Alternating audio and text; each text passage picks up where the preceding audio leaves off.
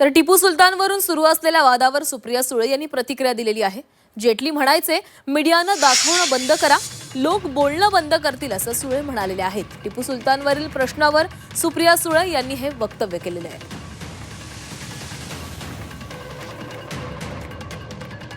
असे वाद जेव्हा निर्माण होतात ना, तेव्हा मला अरुण जेटली साहेब आठवतात। अरुण जेटली साहेब आम्हाला पार्लमेंटमध्ये सिनियर, आणि अरुण जेटली साहेब आम्हाला नेहमी सांगायचे की आपण असं करूया की आपण विनंती करूया मीडियाला की तुम्ही दाखवणं बंद करा, लोक बोलणं बंद करा।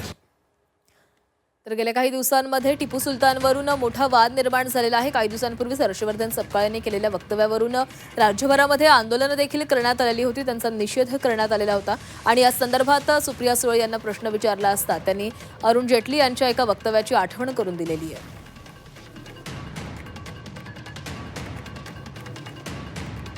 तर या संदर्भात हर्षवर्धन सपकाळ यांना देखील विचारणा करण्यात आलेली होती, मात्र त्यावर त्यांनी बोलणं टाळलेलं आहे। छत्रपती शिवाजी महाराजांची जयंती आहे आणि त्यांच्या जयंतीच्या दिवशी त्यांना नतमस्तक होणं, त्यांना त्रिवार मुजरा करणं हेच आजचं औचित्य आहे।